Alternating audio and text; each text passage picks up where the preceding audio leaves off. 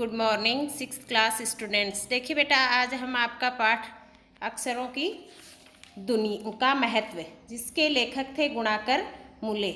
आज हम अक्षरों के बारे में इस चैप्टर में पढ़ेंगे कि अक्षर क्या है। देखो, अक्षरों की कहानी आज हम पढ़ रहे हैं। अक्षरों की कहानी, यह पुस्तक अक्षरों से बनी है। हमारी जो पुस्तकें हैं, जितनी भी पुस्तकें होती हैं, वो किससे बनी होती हैं? अक्षरों से बनी होती हैं। सारी पुस्तकें अक्षरों से बनी हैं। तरह तरह की पुस्तकें, जितनी भी पुस्तकें हैं, वो सब किससे बनी हैं? अक्षरों से बनी हैं। तरह तरह के अक्षर, और अक्षर भी एक जैसे नहीं, अलग अलग तरीके के अक्षर। दुनिया में अब करोड़ों पुस्तकें छप चुकी हैं। लेखक गुणाकर मूले जी कह रहे हैं कि अब जो दुनिया में बहुत सारी करोड़ों पुस्तकें छप चुकी हैं, हजारों पुस्तकें रोज छपती हैं।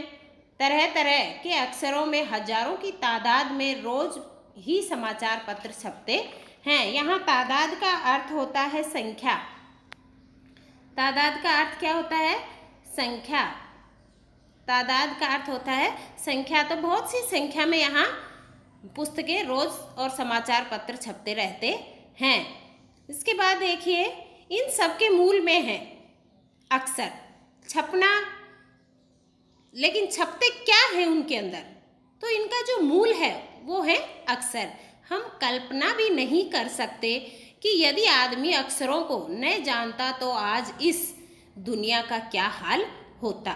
लेखक कह रहा है कि हम बिना अक्षरों के अपने जीवन की अगर कल्पना करें तो ये सोच सकते हैं कि अगर अक्षर नहीं होते तो इंसान इस दुनिया में कैसे रहता और इस दुनिया का क्या हाल होता।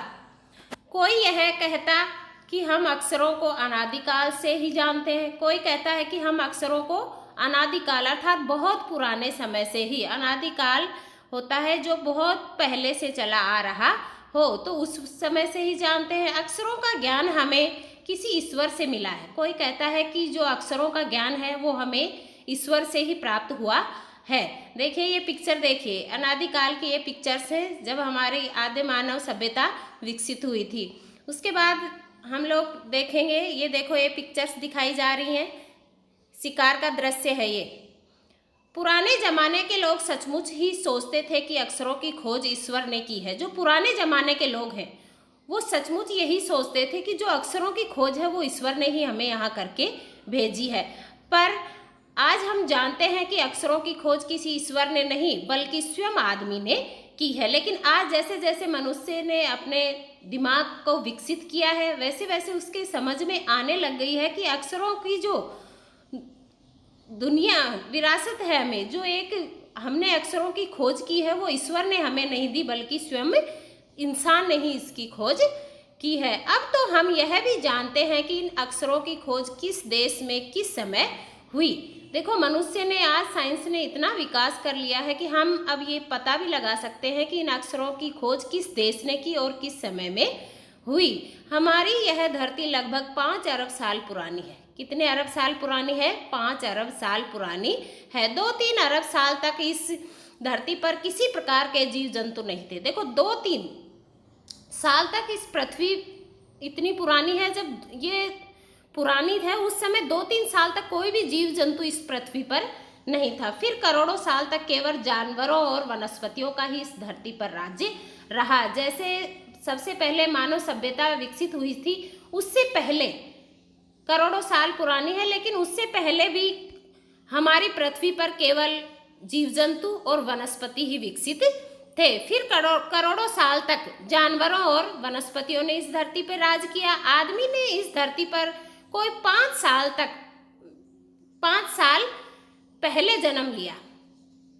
जब ये चैप्टर लिखा गया था उस समय बता रहा है लेखक कि 5 साल पहले ही मनुष्य ने इस धरती पर जन्म लिया। धीरे धीरे उसका विकास हुआ। धीरे धीरे क्या हुआ? मनुष्य का विकास हुआ। कोई 10,000 साल पहले आदमी ने गाँव को बसाना शुरू किया। 10,000 साल पहले जो आदमी है उसने गाँव को बसाना शुरू किया। वह खेती करने लगा, गांव बसने लगे, और मनुष्य आदमी ने क्या करने शुरू कर दी, खेती बाड़ी करना शुरू कर दी। देखो खेती बाड़ी शुरू करने के लिए उन्हें किसका इस्तेमाल करने की जरूरत पड़ी, औजारों की। तो वह पत्थरों के औजारों का इस्तेमाल करने लगा। उस समय औजार किसके बने हुए थे, पत्थरों के बने हुए थे, क्योंकि इतना विकसित उस समय नहीं हुआ था। तो उस समय उन्होंने खेती बाड़ी करने के लिए पत्थरों का जो औजार हैं उनको इस्तेमाल किया। फिर उसने तांबे और कांसे के भी औजार बनाए। फिर धीरे धीरे जैसे जैसे डेवलपमेंट होने लगा, तांबे और कांसे के भी उन्होंने औजार बनाए। प्रागैतिहासिक मानव, जो पुराने समय का मनुष्य है, ने सबसे पहले चित्रों के जरिए अपने भाव व्यक्त किए। देखो उस समय अक्षरों का नहीं ज्ञान था और विकसित भी नहीं हुई थी, अक्षर हमारे सामने नहीं आए थे। तो धीरे धीरे उन्होंने चित्रों के जरिए अपने भाव व्यक्त किए, जैसे पशुओं, पक्षियों, आदमियों आदि के चित्र। पहले उन्होंने पशुओं, पक्षियों, आदमियों आदि के चित्रों के जरिए अपने भाव व्यक्त किए कि जैसे पक्षी का चित्र बनाया तो अगले दूसरे को बताया कि ये पक्षी है, तो वो समझने लगे उस चीज को कि भाई किसका चित्र है और ये हमें क्या कहना चाह रहा है। इन चित्र संकेतों के बाद में भाव संकेतों के अस्तित्व में आए। देखो पहले चित्र आए, उसके बाद भाव आए। एक दूसरे को संकेतों में भी लोग समझाने लगे। जैसे एक छोटे वृत्त के चहु और किरणों की धोतक रेखाएं खींचने पर वह सूर्य का चित्र बन जाता है। एक उन्होंने छोटा वृत्त जो सर्किल किया और उसके चारों तरफ किरणें फैलाई, तो फिर उन्होंने दूसरे को समझाया उसके कि ये क्या बन गया है, सूर्य का चित्र बन गया है। तो लोग समझने लगे ये क्या है, सूर्य है। बाद में यही चित्र ताप या धूप का धोतक बन गया। धोतक का अर्थ होता है प्रतीक बन गया। धोतक का अर्थ होता है प्रतीक बन गया। किसका धोतक बना, ये हमारे धूप या छांव का धोतक बना। फिर अनेक भाव संकेत अस्तित्व में आए। उसके बाद धीरे धीरे बहुत सारे भाव और संकेत भी अस्तित्व में आए। तब जाकर काफी बाद में आदमी ने अक्षरों की खोज की। इसके बाद जाकर आदमी ने अक्षरों की खोज की। अक्षरों की खोज के सिलसिले को शुरू हुए मुश्किल से 6000 साल हुए थे। कितना टाइम हो गया था कि अक्षरों की जैसे जैसे इनकी शुरुआत हो, ज्ञान करने लगे इंसान, मनुष्य, तो तकरीबन बहुत 6000 साल हो गए थे। केवल 6000 साल तक देखो इनकी क्या करने लगी, हमें ज्ञान, अक्षरों का ज्ञान में टाइम लगा था।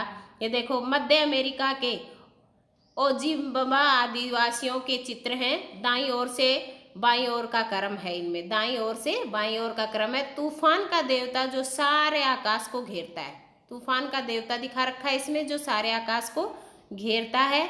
नगाड़ा है, पंखों से सुशोभित नगाड़ा, द्रोण का कौवा और दवाखाने में आदमी। ये इतने पिक्चर्स आपको यहाँ दिख रहे हैं। अब देखिए अक्षरों की खोज के साथ एक नए युग की शुरुआत हुई। जैसे जैसे अक्षरों की खोज शुरुआत हो गई तो एक नए युग की इंसान आगे विकसित होने लगा। आदमी अपने विचारों और अपने हिसाब किताब को लिखकर रखने लगा। आदमी में समझ आने लगी अक्षरों की, तो वो अपने हिसाब किताब को आगे लिखकर रखने लगा। तब से मानव को सभ्य कहा जाने लगा। क्या कहा जाने लगा है? तब से मनुष्य को सभ्य कहा जाने लगा। आदमी ने जब से लिखना शुरू किया तब से इतिहास प्रारंभ हो गया। देखिए इतिहास का प्रारंभ, जब हमें अक्षरों का ज्ञान हुआ इंसान को उस समय, तभी से इस इतिहास की शुरुआत हुई। किसी भी कौम या देश का इतिहास तब शुरू होता है जब से आदमी लिखे हुए लेख मिलने लग जाते हैं। जब भी हमें लिखे हुए लेख किसी भी सभ्यता के मिलते हैं तभी उस आदमी का या उस सभ्यता का हमें ज्ञान होता है। इस प्रकार इतिहास को शुरू हुए मुश्किल से 6000 साल हुए हैं। उससे पहले के काल को प्रागैतिहासिक काल यानी इतिहास के पहले का काल कहते हैं। जो मानव सभ्यता है उसको शुरू हुए 6000 साल हो गए हैं। इससे पहले का जो काल है उसे क्या कहते हैं? प्रागैतिहासिक काल यानी इतिहास से पहले का काल। ये बेटा अपने अक्षरों के बारे में लेखक ने हमें बताया है। इसके आगे से हम कल पढ़ेंगे। इसके जितने भी शब्दार्थ आपकी बुक में हैं वो आप लोगों को करने हैं। धन्यवाद।